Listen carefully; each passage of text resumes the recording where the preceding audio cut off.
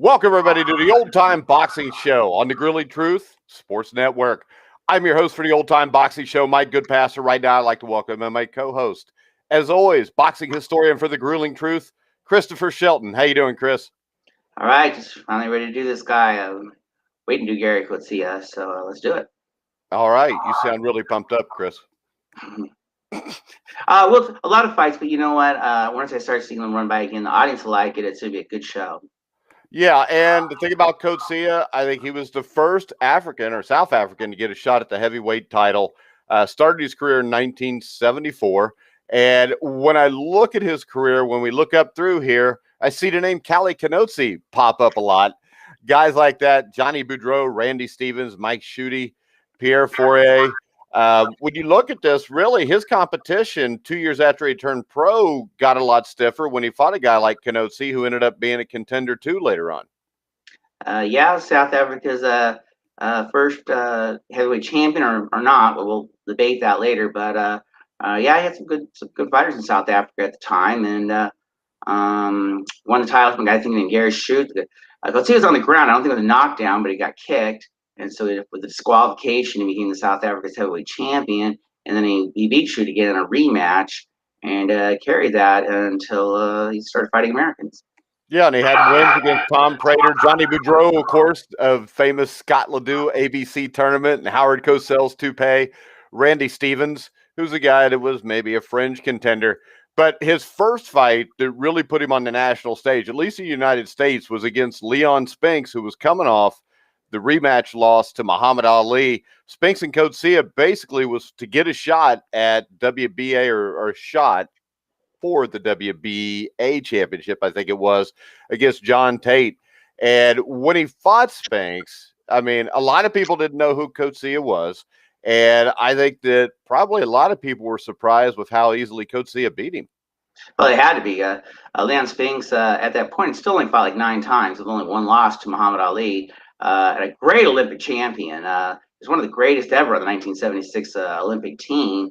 And never been knocked down in his professional career. Never knocked down as an amateur. Just again, one of my favorites is Leon Spinks. He's been sort of shattered by the loss of Muhammad Ali because there's a lot of problems in his camp and drugs and car crashes and stuff.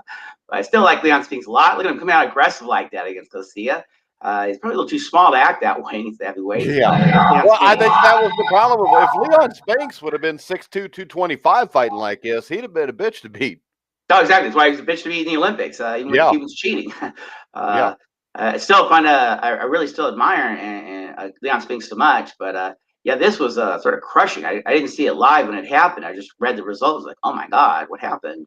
I remember watching this. It was on NBC Sports World with Marv Albert and Dr. Freddie Pacheco, who I never could stand. Well, I don't know what happened, but I didn't see it live. I only saw the results, and then I eventually saw it live. And again, a shocker because Leon Spinks was such a hero, and already he crashed down, not just because he lost to Muhammad Ali, but the sort of his camp seemed to disarray. The only one that act together was his brother Michael, who wasn't even boxing, just to support his brother emotionally. Yeah, because Michael waited, almost over a year, really, before he even turned pro. And then I think from 77, 78, he only had like 3 or 4 fights. Right. Michael Spinks been a gold winner too, but sort of a quiet one. So first time Leon Spinks ever been knocked down as an amateur or a pro, and how do you react? Sometimes it's better to back off and sort of gather your senses, but that's not really Leon Spinks. Well, don't you think a lot of that is the fact that he'd never been knocked down? Oh, absolutely. You never know with these fighters what's going to happen the first time they go down. That you really learn a lot sometimes from that. And Spinks was, I think, going to have to learn. It was just that, hey, these guys are too big for it to be attacking like that. And that's the third knockdown, automatic the stoppage. So yeah, first round knockout of Leon Spinks was pretty shocking. So because for Coetzee, who incidentally say his name, he at this time he liked to be called Gerrie Coetzee, but eventually said he preferred to be called Gerrie Coetzee. So that's what I'll try to keep that right. All right. And then he gets the title shot against Big John Tate, 1979. I think it was like 4 months after the fight we just saw. It was on NBC Sports World also. They fought it in South Africa. And I think, wasn't this the first fight where they actually let black and white spectators in the event at the same time? I suppose they had a lot of men, close to 90,000, the most for a heavyweight championship fight since Dempsey versus Tunney in 1927. So that was a lot.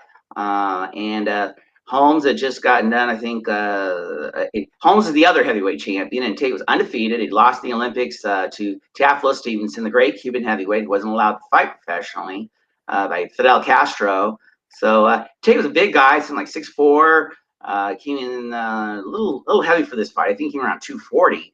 But he was at least at that point a worthy opponent for Larry Holmes, both of them being undefeated and such.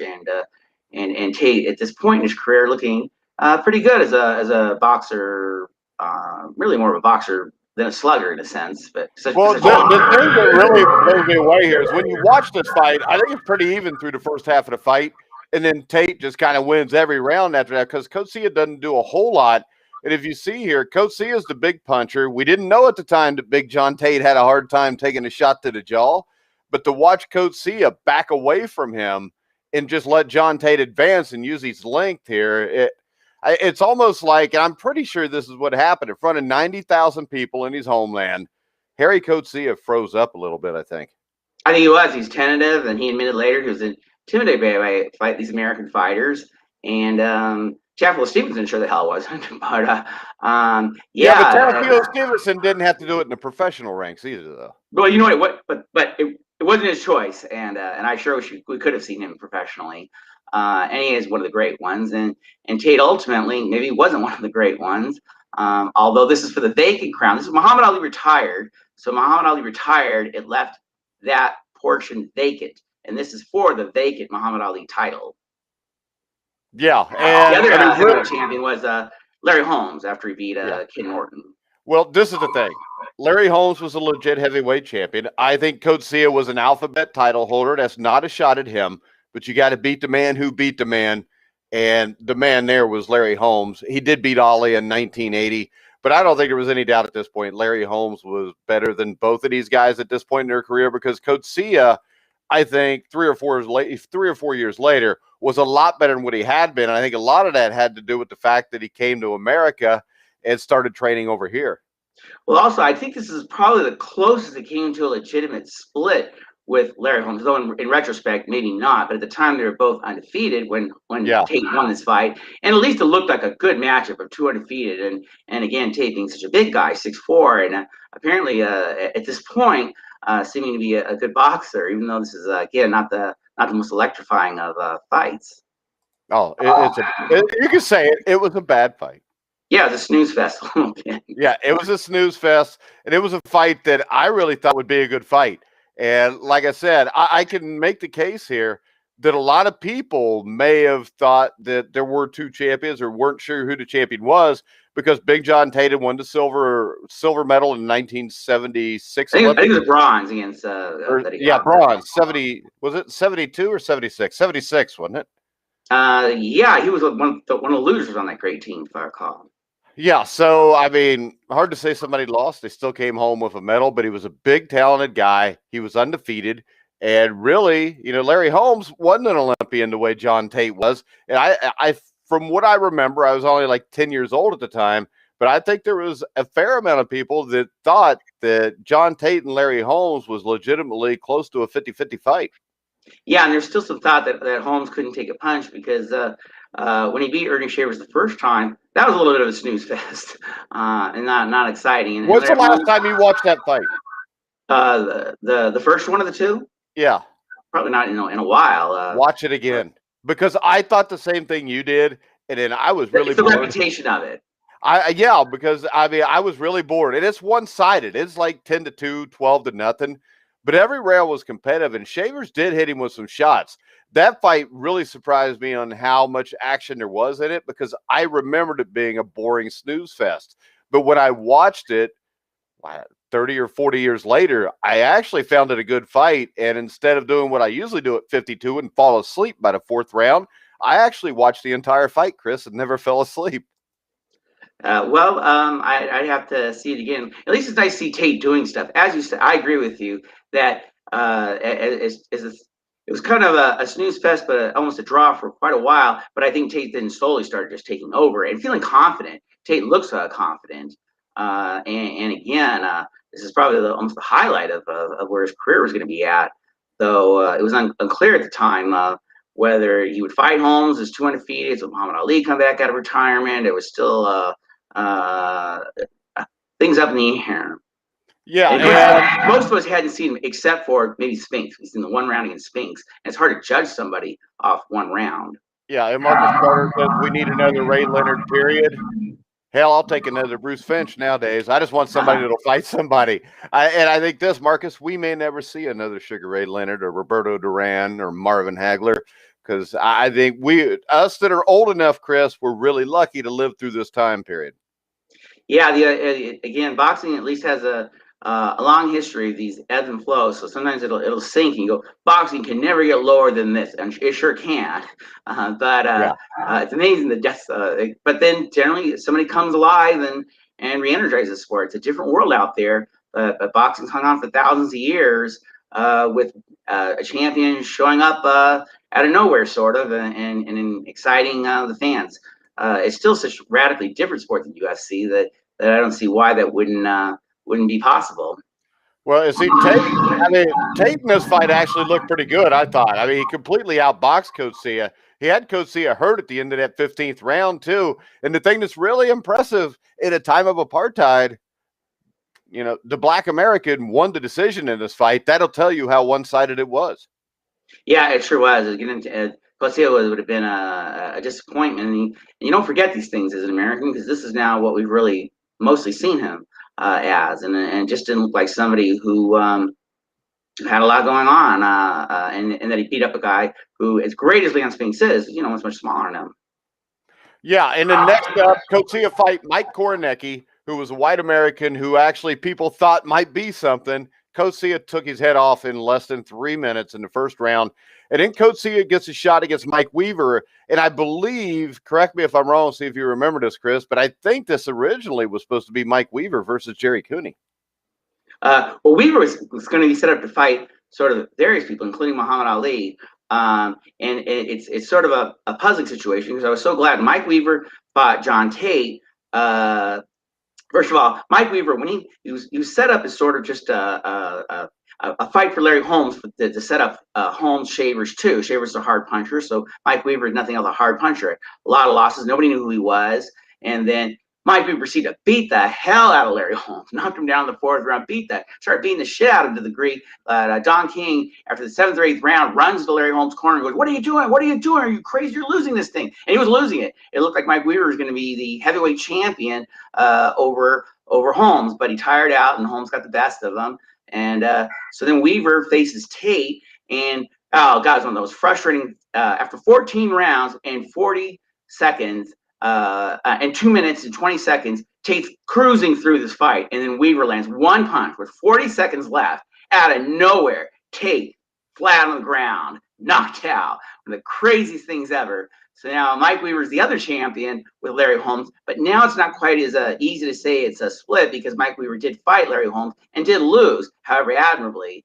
This again is in South Africa. But I really like Mike Weaver a lot. He is one of my favorites. He was a Marine, and I guess he was in an incident with another Marine saying something. And my uncle was a Marine, and he was called a wetback by a fellow Marine. It turned to a big fight, and called him by command. And they told him, "I heard there was a fight, but we don't listen to false rumors." So Weaver punched the guy that was causing him trouble, who was on the boxing team with the Marines, knocked him out flat. Called him by command. Said, "From now on, you're on the boxing team." Dismissed. So. Mike Weaver, fan favorite right away with the Larry Holmes performance, and then the John Tate was just crazy spectacular. I still don't remember anything like it. Where it just 40 seconds left, and so it's kind of one punch Weaver versus, I guess, the bionic fist of. Yeah, and when you look at this, the reason Mike Weaver was willing to go to Johannesburg is Sun City put up $2.5 million, erected an 18,000 seat arena. Weaver was paid $2.2 million. Plus 40% of the TV money negotiated by Bob Arum at the time. And as the #1 ranked challenger, Coetzee got $150,000. I'm a little surprised. The fans are not so anti-Weaver as I would have thought. You think naturally it's a home crowd for Coetzee, but they're acting sort of being reasonably neutral in the circumstances. It's the 8th round, and Coetzee is going to have a 10-8 round. But the thing is, he admits he's a 10-round fighter. So Weaver, as you can see, is resting. So Weaver looks like I think Coetzee looks like he's just cruising through this round, but really Weaver's just hoping to tire this guy out, who keeps leaning on him and leaning on him and leaning on him, with a referee who doesn't communicate in English, which is kind of strange. Yeah, this is kind of rope-a-dope too. Yeah, look at this. Because that's basically what Weaver did to him. He rope-a-doped him, and then he knocked him out later in the fight. And I mean, good for Mike Weaver though. He made $2.2 million. I guess. Yeah, it's a fight that Coetzee had to give up a lot of money to get the home ring advantage here. Yeah, and you wonder if that's a good idea for Weaver. But again, he's a smart fighter, and he really seemed like one of those guys that, with all the losses, people probably don't give much respect if you look back in history. But as he was fighting at the time, we were sort of instantly a fan favorite. Just a hard puncher. You know, you judge him in the ring. He didn't have a lot to say that I can remember outside the ring. He's from California again, but inside the ring, it was kind of waiting for that big punch, but forgetting that he's setting it up a little more than it seems.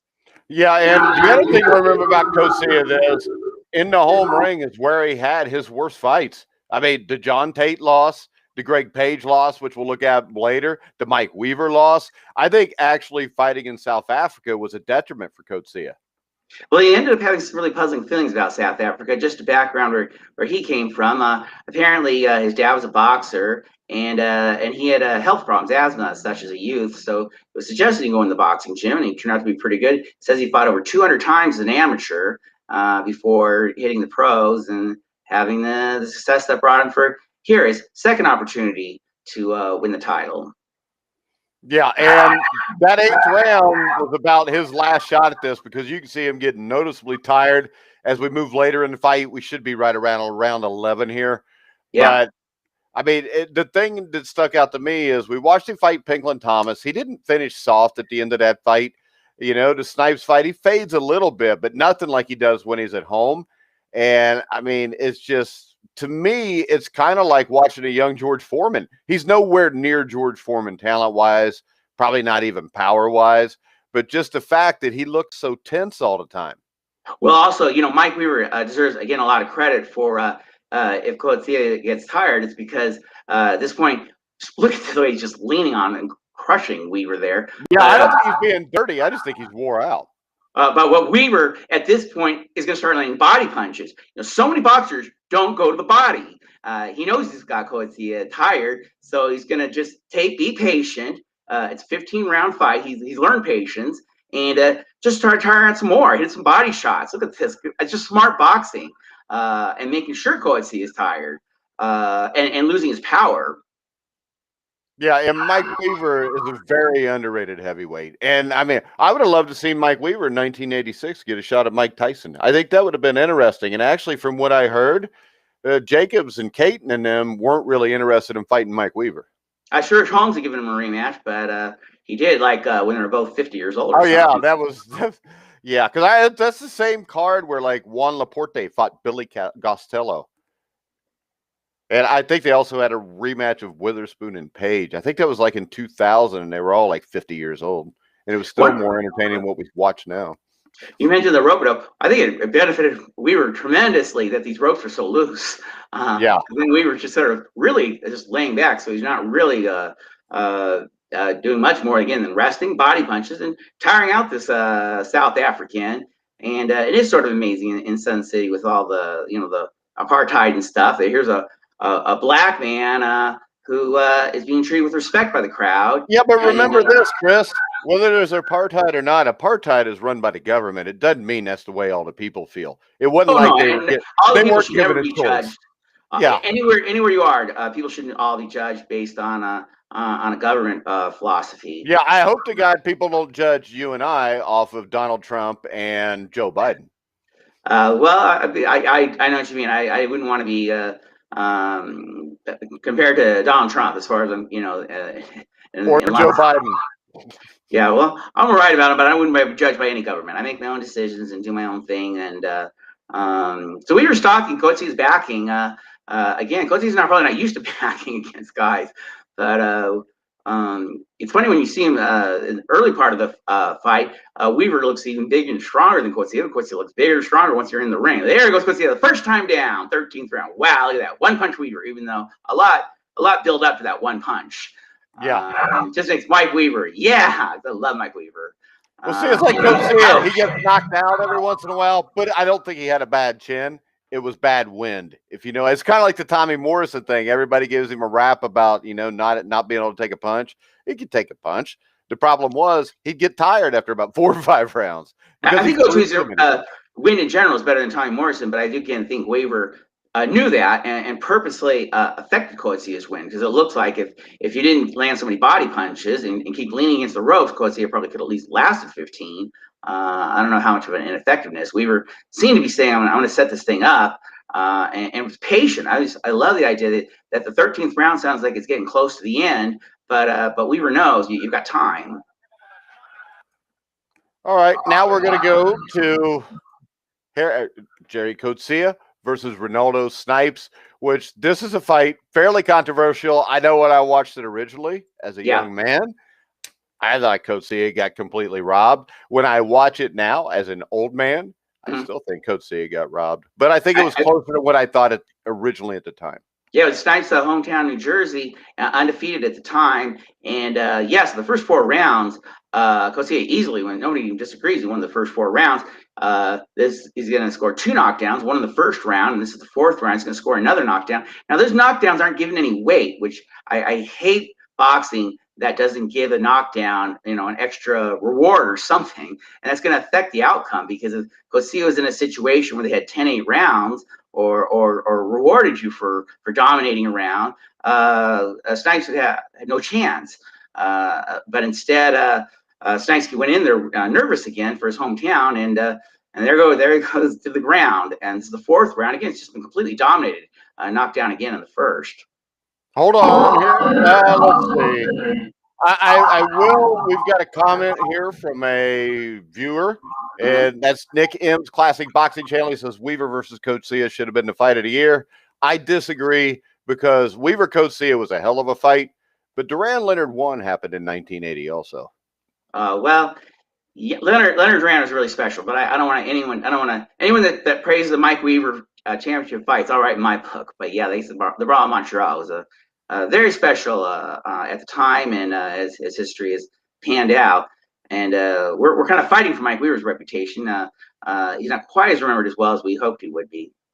Yeah, and Nick M, Classic Boxing Channel. Go check it out on YouTube. He says he has the Coetzee versus Chaplin fight on his channel. Another good win for Coetzee. So, Nick, thanks for listening. Everybody, make sure you go like and subscribe to Nick's Classic Boxing Channel. Yeah, this is a fight really where I think with the second loss to Weaver, I think a lot of people kind of wrote Coetzee off. And I think that's why Snipes took the fight with Coetzee, because it would be a good win on his record. I'll tell you, this might be the edge, though, toward Coetzee moving toward America, because the fans, it's Snipes' hometown, and they were so respectful and cheering Coetzee. And as time has gone on, and boxing fans have had a chance to vote and stuff, it's almost completely dominant. Everybody thinks Coetzee won this fight, except the judges, who again are not allowed. They called that no knockdown. Nope, they didn't call that a knockdown. That was a knockdown. But I definitely think there's something wrong, and the fans booed the decision ultimately. So yeah, it ended up being Coetzee's Hold on, let's watch loss. this again, because I'm pretty sure I see a big right hand smack him right on the side of the head. I know he pushed him later, but it looked like he was going down anyway. Did I go back far enough here? I'm not sure, but again, after 4 rounds, in a 10 round, right there, that's a knockdown. Yeah, it looks like a knockdown. But again, if it's the 4th round still, it wouldn't count. It wouldn't matter. It wouldn't matter. A knockdown doesn't reward you in any way. So let's say it is a knockdown. There's 4th round. Well, I'm just saying this: when you get a bad decision, Chris, and all of a sudden you see stuff like this early in the fight where it's not called a knockdown, it kind of makes you wonder what's going on, if you know what I mean.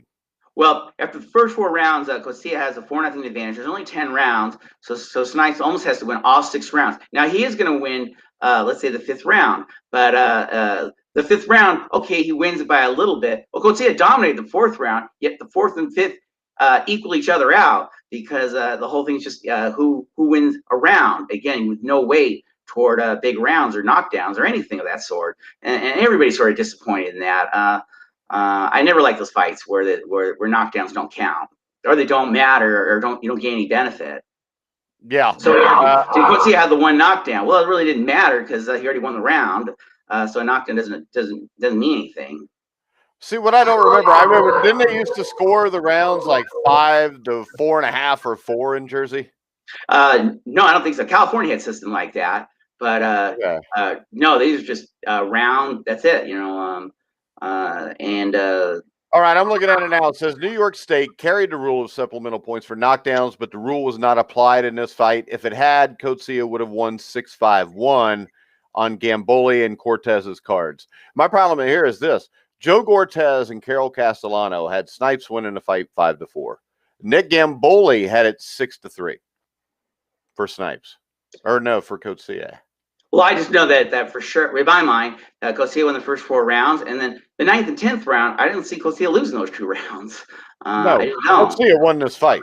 Yeah, I just think it was a bad decision, and you know, I give Americans credit because sometimes you get robbed and you go somewhere else, and it looks like Coetzee got robbed. Americans agree that was robbed.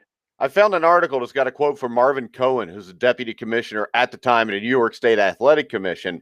He said, it's true, the judges, if they would have chose, could have invoked a point system instead of using the rounds, but they chose not to do so, so the decision stands.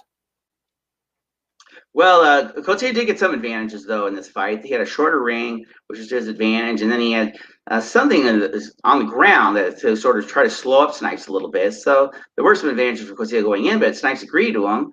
And Snipes ultimately was going to pay the price because he was going to fight Larry Holmes next as 2 undefeateds, but he really wasn't ready for Larry Holmes. And then Larry Holmes, you know, he took him out in the 11th round, but Snipes did not look like anywhere a competitor for Larry Holmes at that time. And Snipes, you know, really kind of, you know.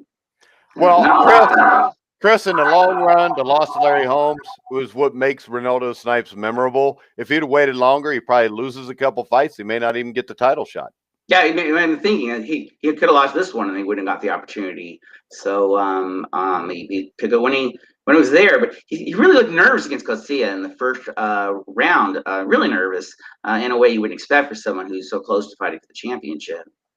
Yeah, then after that, I give him credit. I give Snipes credit, though. He did turn around. He was down so far after the 4th round, it would have been easy to quit. And he didn't quit. I will say that. He just showed some fine boxing from the 5th to the 8th round, even to the conclusion. All right, after the Snipes fight, he beats Leroy Caldwell, the old trial horse from Vegas. He beats him in Johannesburg. He beats Fosse Schmidt. Then, of course, he beats the immortal Scott Ledoux. And then he beats Stan Ward, who was a guy who was kind of a fringe contender. Then he gets a title shot against Pinklon Thomas. This is another controversial decision. I don't think it was it was not a title shot. I realized it as soon as I said it. Pinklon Thomas was undefeated at this time. This was the getting the title shot. Yeah, definitely an up-and-comer. So he's taken on 2 undefeateds, and Tate was undefeated when he fought him. So I give Coetzee credit. He wasn't taking on necessarily the lower ranks. He was taking on the Americans that had a certain kind of a reputation. It's going to be a very interesting Pinklon Thomas fight because this is a kind of a much rawer version, even though, again, he hadn't lost, hadn't been tied, fighting. Angelo Dundee's actually doing the commentary, and eventually Angelo Dundee would take over Pinklon Thomas and turn him into a champion. He'd eventually become a left jab only. Sometimes you forget his right exists, but that's not the Pinklon Thomas of right now fighting Coetzee. Yeah, because Dundee actually trained Pinklon Thomas, if I remember right, for the Mike Tyson fight. And he trained him for the One Championship, and he looked really good when he first won the title with a great left jab. Again, you never even see his right. Which is what Dundee's saying is he's commentating. He's going, "Hey, use your jab only." But it's interesting to see Thomas kind of raw and being aggressive. It was sort of a little bit of a snooze for 8 rounds. They were both tentative against each other, and then they started fighting it out, which is the way to do it. And at this point, kind of, it could go either way, depending on who does what. And it's nice to see them again. Both of them being aggressive. Blood. Yeah, and Nick Stim, Classic Boxing Channel, said he had Thomas winning the fight, but barely. Who do you think won this one, Chris? I think I would have given it to Pinklon Thomas I'd say a little bit. I thought it was a close fight. I thought Thomas had won. I thought Thomas had basically won the 7th and 8th round. I thought after 6 rounds were even. I thought Thomas had won the next 2 rounds, and these two are a good slugfest, but not enough that I saw Coetzee overcome Thomas. Yeah. I don't remember who I had winning this fight. I do remember I watched the last 5 rounds of it today. But I from what I saw, it was close enough. It could have went either way, and I really don't have a problem with a draw in this fight. Well, it's nice because it didn't. I would have hated if I was watching it live, but it didn't hurt either one of their careers. That means Thomas had a good character building draw, the first person to get a draw of any kind out of Pinklon Thomas, and for Coetzee, it didn't take him out of the run for the title. He's getting taking on 2 undefeateds. He's certainly trying to build a resume. And he looked fine for the last couple of rounds, and Americans seemed to like him. He moved to America to I guess originally the city. He didn't like the city. He moved to sort of the countryside of New Jersey, which I have no idea what New Jersey looks like, so I just assume it was the countryside. Yeah, and the other thing about Coetzee here is this fight happened in January. The previous October, I think it was October the 20th, somewhere around there, they were supposed to originally fight. But Coetzee, of course, had another hand injury, so they had to move the fight off. And he also said it had a psychological effect when he was training because he didn't want to hurt his hand again, and then people think he was scared to fight. Yeah, they called him a bionic hand because I gather that he'd broken his hand and such, and that the surgeons put it together with metal rods. So some people said it was in a clinch all the time, but it wasn't. They showed that he could actually open his hand. So we weren't sure what to think of that. What do you mean he's got a metal hand? But I guess that's Evel Knievel was put together by metal parts, and sometimes that's what you do to put. At the time in America, bionics were just everything. $6 million man and such. Oh, we can rebuild this man. I remember we can turn him into a boxer. Hell, I remember the $6 million dog or something. Remember the bionic dog? I remember the bionic watermelon. The bionic one? The bionic watermelon. I don't remember the bionic watermelon. There's a bionic watermelon, trust me. And there was a bionic Are you sure, dog. Chris? Yeah, it sure was. I remember it was a nice laugh. That was one of the funniest parts. I'm going to trust you. I don't remember the bionic watermelon. We can rebuild this watermelon. It was. And the bionic woman, she was sure pretty. All right. And basically, Coetzee, by getting the draw here, won because he got the title shot because he was the #1 contender to Michael Dokes, who had beaten Mike Weaver, who I guess him and Joey Curtis beat Mike Weaver in the first fight. And then he got a controversial draw in the second fight to keep his title. And actually, the thing that struck me, because I watched Coetzee and Dokes today, that fight was only like 3 or 4 months after Dokes had fought Weaver the second time. And Dokes Weaver 2 was a grueling ass fight.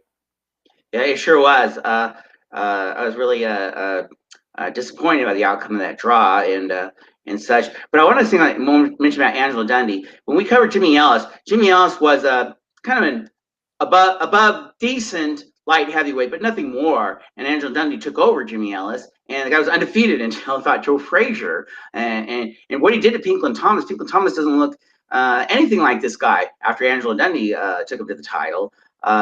It's just life and death sometimes to get a good trainer. And Angelo Dundee, all that reputation, but I think it's well deserved. Well, the big thing with Pinklon Thomas that sticks out to me is how talented he was after Dundee got him. I still think he had the blueprint to beat a Mike Tyson, but of course, Pinklon Thomas had a shoulder injury, but also on top of that, he had some addiction issues too. Yeah, and he had him going into this fight, and it's an unfortunate thing when he lost his title. He lost to Trevor Berbick. I think he was clearly leading after 8 rounds, and some may think he still deserved to win, but he really caved in those final 4 rounds. And I like Berbick getting the decision because Berbick was so dominant the final 4 rounds. Though it's too bad because Pinklon Thomas versus Mike Tyson would have been more interesting, I think, than Trevor Berbick against Mike Tyson, and Berbick having a terrible strategy of kind of just, I'm going to go right at Tyson, which that's not exactly the best way to go at Tyson at that time. No, but it's all Trevor Berbick knew how to do. Trevor Berbick was just a rugged, big, strong dude that didn't really punch that hard and would just wear guys out. I mean, hell, Trevor Berbick did go 15 rounds with Larry Holmes when Holmes was in his prime.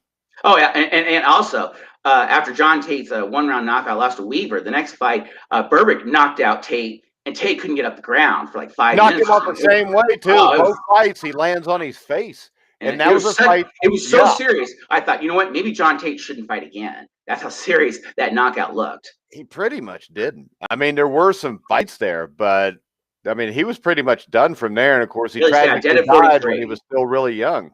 Yeah, dead at 43. Really a very sad case in John Tate. And it all ended in just basically 2 bouts. All right, so this is Coetzee against Dokes in Richfield, Ohio. Of course, Don King owns the rights to Michael Dokes, so you better knock Michael Dokes out if you want to win the title. And that's what Coetzee ended up doing. But this fight, to me, if they fought it in South Africa, Dokes knocks him out late. I think there's no pressure on him here. And the same thing with Coetzee in Cleveland. When you watch this fight, after the fight, the crowd is really cheering for Coetzee like they wanted him to win all along. Coetzee does look more confident.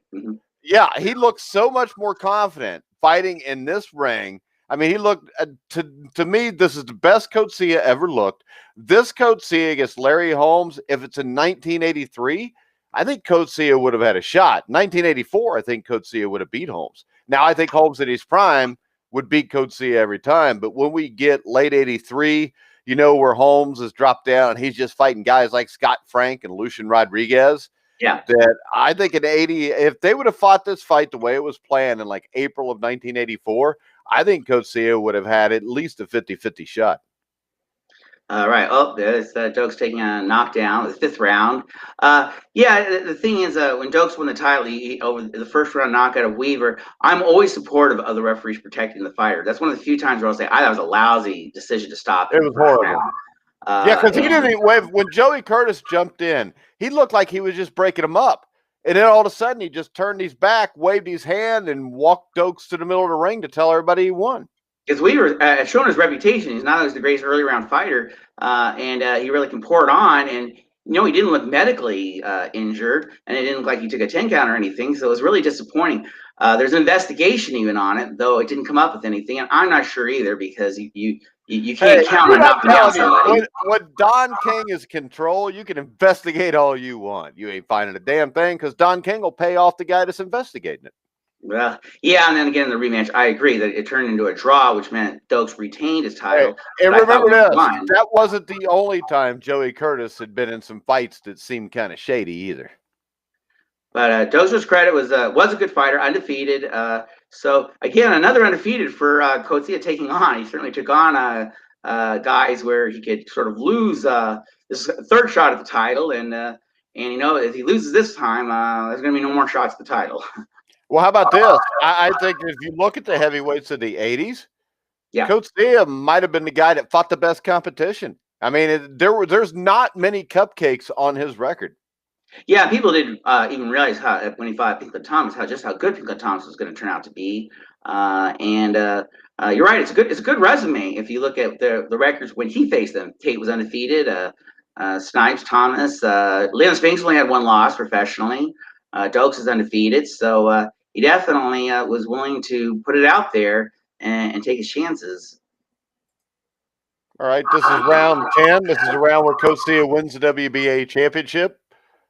And once again, the thing that struck me watching this today was this is a pretty good fight. I wish we could see heavyweight fights like this today. Yeah, it was a good one, and I do admire that Coetzee hung in there. It didn't always go his way, and it would have been easy to, you know, to sort of snap, like a lot of boxers do, where they sort of collapse after a loss of some sort. After the Snipes fight could have been really disappointing, but he hung in there and got another shot, and made the most of it finally. Well, see, I think the thing that struck me the most is everybody thought Dokes was going to run out and swarm Coetzee like he did Dokes or like he did Weaver in the first fight, and he didn't. It almost looked to me like Dokes was trying to kind of do it like Weaver and kind of wait Coetzee out until he got tired. The only problem for Dokes was this Coetzee wasn't going to get tired. And Coetzee just wore his ass down while Dokes was waiting for him to get tired and got his ass knocked out. Coetzee is smarter, more confident, and you're right. He's also been in these longer fights, so his wind is pretty good, especially through the 10th round. So he's still looking really good at this point. And again, much more confident. Yeah, my only question if Coetzee fights Holmes, though, even if it's in 83, 84, 85, The only reason I would probably still bet my money on Holmes is we don't know mentally how Coetzee would have reacted to fighting Holmes in a fight that would have been massive at that time. I agree. I would think Holmes would have an advantage over Coetzee, especially with a win prom, because Larry Holmes could take you to 15 rounds all the time. Larry Holmes mentally was as tough as any heavyweight that ever lived. He's just really good at figuring out at comprehending time and again going the distance. And somebody with a wind problem could be a problem against Larry Holmes, who's very patient. Didn't care what the fans think. It's sort of disappointing you don't get to see him fight, but at the same time, Larry Holmes didn't give a shit what people thought, and he had to deal with Don King, and he just went out and did his thing. So there he goes, Michael Dokes down for the count, and he's not getting up. He ain't getting up. He probably wasn't up a year later. He went down pretty hard there. I think that was kind of exhaustion and getting pummeled. So Coetzee becomes the first South African, at least alphabet heavyweight. Right. And I'll say this, and Mike, you can disagree. If nothing else, I believe Corey Sanders, when he knocked out Vladimir Klitschko, heavyweight champion. So they definitely have had a heavyweight champion. It's just a matter of whether you think Coetzee was first or Corey Sanders. Wasn't Vitaly the champion at the same time, though? I hope not, because then I'd say Vitaly was better. But you know what? I Vitaly was a good legitimate knockout by Sanders against that's a great knockout by Coetzee over Dokes. It's a great accomplishment, Sanders over Klitschko. I still think Vitaly was a partial champion because I believe they unified. After that, Vitaly knocked out Sanders. He did knock out Sanders. He did knock out Sanders. And Corey Sanders. Vitaly Klitschko's a better boxer, heavyweight than Sanders. I was just trying to. Sanders got murdered, and I'm trying to South Africa their dues, but you're right. The point is this: if you had to legitimately list the top 20 heavyweights of all time punching power, I think Corey Sanders would probably be on that list somewhere.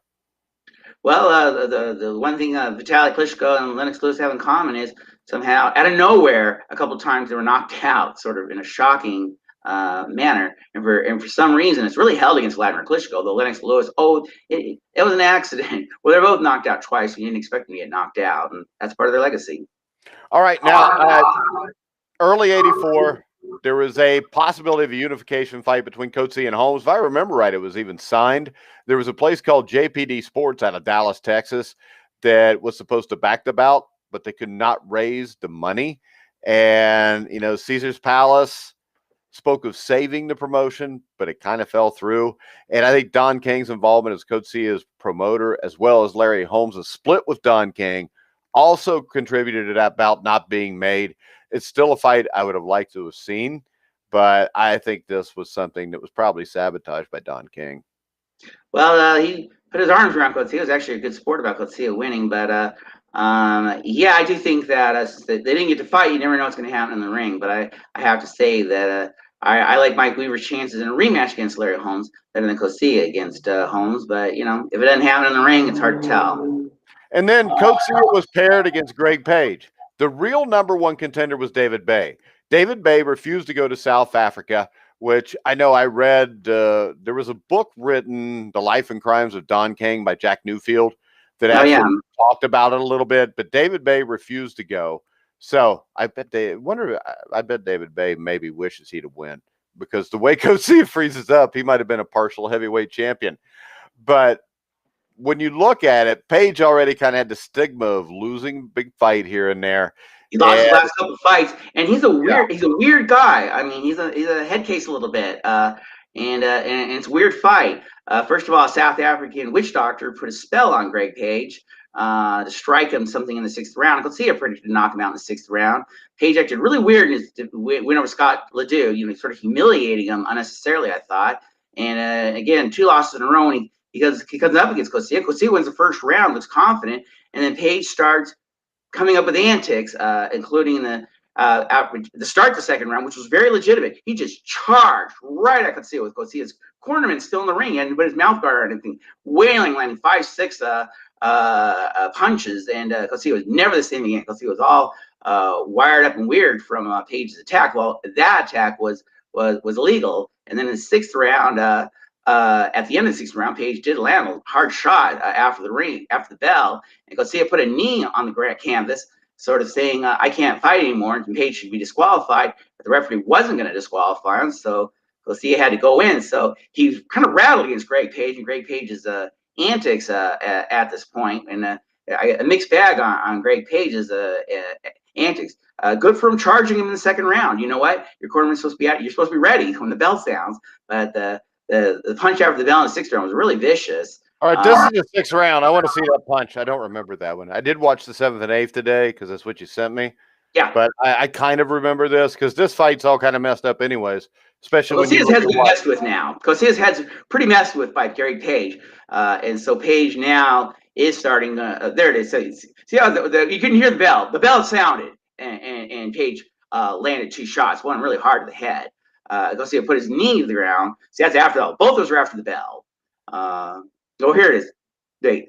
Well, you'll see the last one is after the bell, and then Coetzee takes a knee, and that's down the 7th round, I think, or what have you. But anyway, Coetzee is rattled now by Page's antics, and Page is an odd character, a hard puncher, and good talented guy. How about this? If you look at Page here, no fat around the midsection. It looks like he was in shape for this fight. Right, and he would lose his next fight to in his title to Tony Tubbs, and then 2 fights later, he lost to Buster Douglas, where he tired out after the 5th round. Douglas jabbed him. Yeah, he weighed like 20 pounds more too when he lost that first title defense. He had ballooned up to like 240 or something, I think, from like 222 or 225. And Tony Tubbs, who beat him, is a hard one to judge because we judge him the way he looks. And he looks funny for a heavyweight. But Tony, you know what? A lot of talent, those funny looks. Hey, that's the problem with the 80s, because everybody looks at it and says it was like a terrible decade. It was terrible, but they weren't terrible fighters. The problem was all these guys either had alcohol problems, cocaine problems. They couldn't stop eating. Every one of these guys. Coetzee had never lived up to what he could have been because I think he lacked confidence. Greg Page, you know, you had some drug issues. You had food issues. I mean, Greg Page, the night he won in the Houston Astrodome against James Quick Tillis on the Cobb Holmes undercard, he looked like a legit big-time heavyweight. And also, I think got to give Larry Holmes credit for this. Is most of these other champions, and we don't think of them as equals, were one and done. They'd win the title, and then everybody wants to talk to them and see them, and they lose the next fight. And Larry Holmes had to keep dealing with all the different people wanting something out of him, and every time he come out in the ring, and whatever it took, he'd come up with something to try to hang in there, even the fights where he might be close to losing, and then others he dominated. Oh, we missed one comment. Torrin Owen said during the Dokes Coetzee fight, Dokes was as high as Pike's Peak. He said he was so high he didn't even remember being in this fight. That probably wouldn't surprise me, because when I watched the fight, it did strike me that, you know, he looked pretty messed up even at the start of the first round. His eyes looked glassy from the start. Nick from Nick M's Classic Boxing Channel, check him out on YouTube. Round 7 was a great back and forth round. I mean, yeah, this is another heavyweight fight that was actually really good. So when people want to rip the 80s, I'd take the 80s over what we got today. Yeah, I just think that, again, Page and Coetzee looked so good in the first round, and confident, the same guy who beat Dokes, and then Page did start, you know, messing with them, and Coetzee could never quite figure out Greg Page. To Greg Page's credit, but again, he, in the midst of this 5-bout run, he only won once against Coetzee. Otherwise, he lost 4 times out of 5. Yeah, and then eventually became probably more famous for knocking down Mike Tyson in a sparring session. It was probably his last big hurrah. Right before the Buster Douglas fight, too, I believe, wasn't it? Yeah, absolutely, and that got a lot of attention for Greg Page. And I give him credit. Coetzee looks so good against the first round that if he figures he can, you know, mess with his head, why not do that, you know, or do something? I really think when you look at the way Coetzee fought against Dokes and how good he looked, even the Pinklin Thomas fight, I don't think that he really took Greg Page that seriously. I don't think, when you look at his body here, I don't think he looks as good as he did the night he fought Dokes.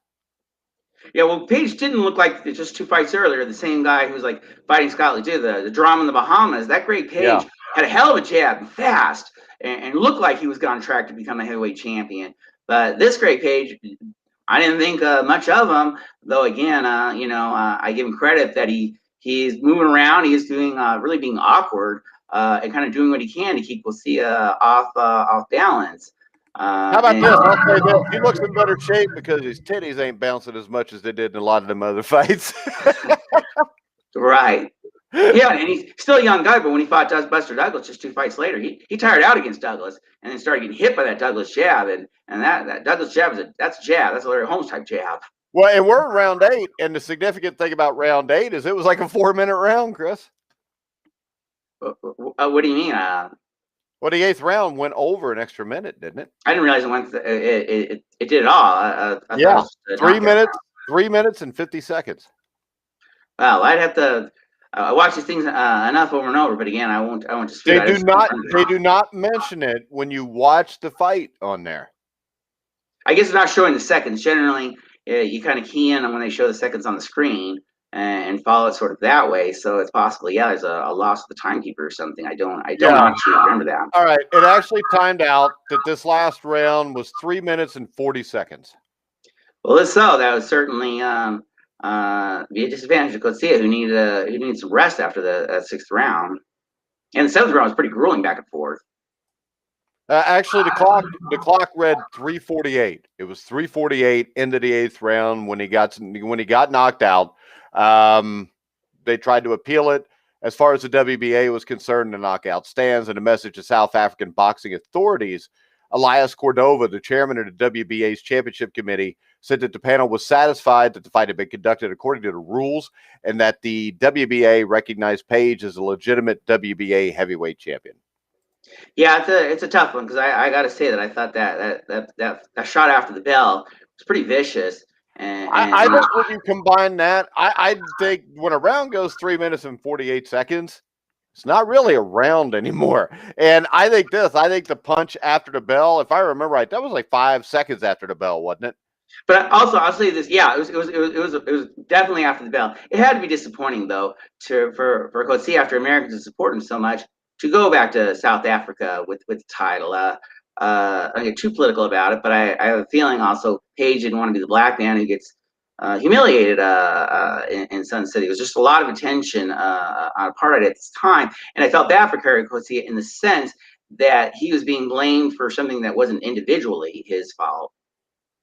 Yeah, because Coetzee, remember the thing I found, especially around the Tate fight, was pretty verbal against apartheid.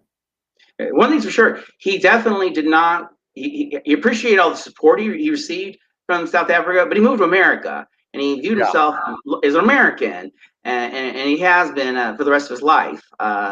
He's definitely an American at heart who probably appreciates the South African audience who supported him so that he could fight for the title and such.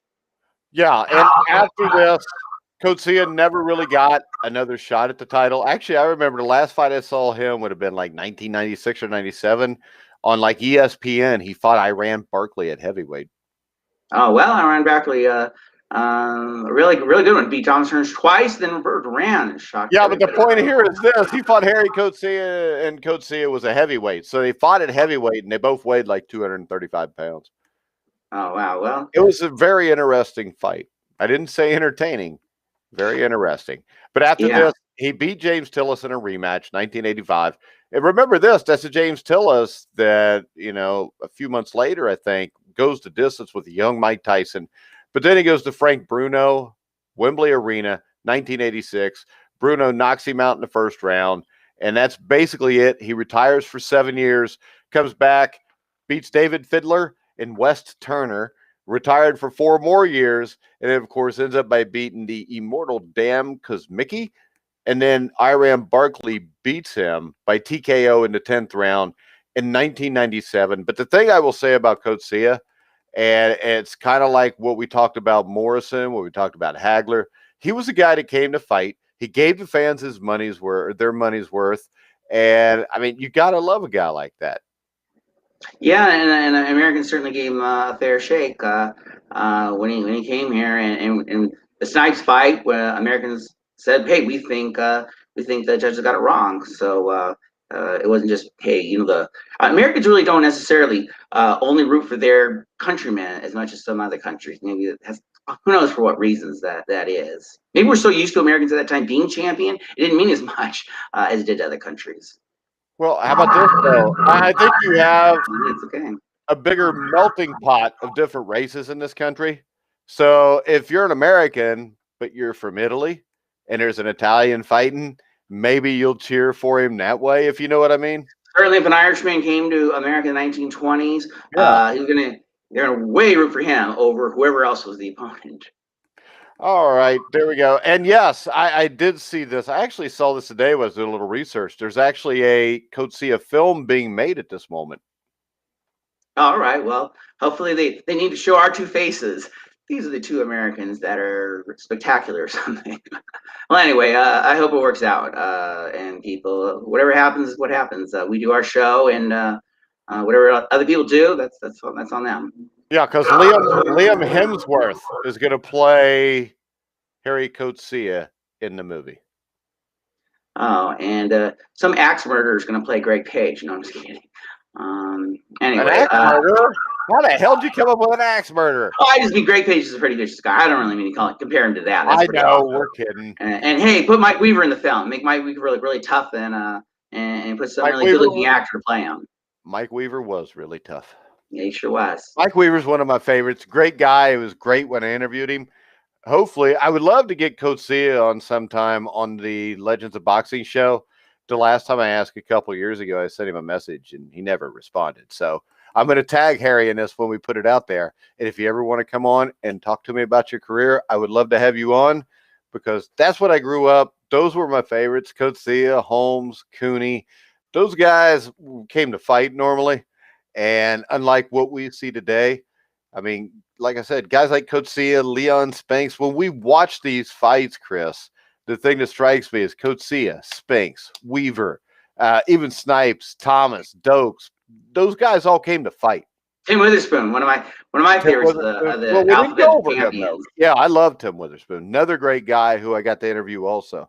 And Tony Todd's a really interesting boxer to watch. You know, there's a lot of these guys are good. It's just a matter of pitting them against Larry Holmes and the difficulty of saying somebody else is a.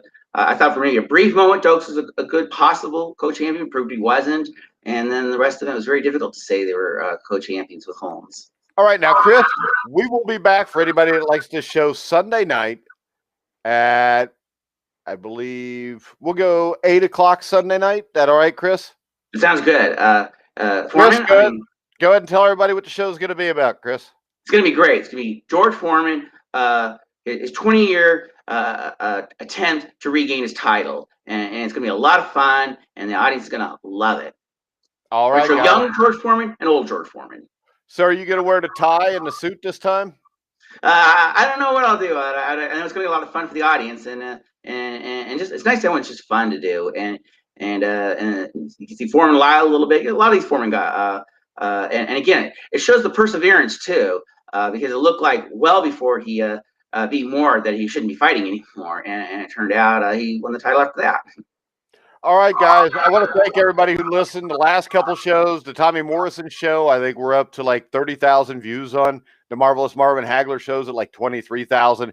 You can check all those out on our Facebook page. You can check it out on YouTube. You can check out at gruelingtruth.com. Make sure you follow us at Grueling Truth. But for now, for Christopher Shelton, I'm Mike Goodpasture. You've been watching and listening to The Grueling Truth.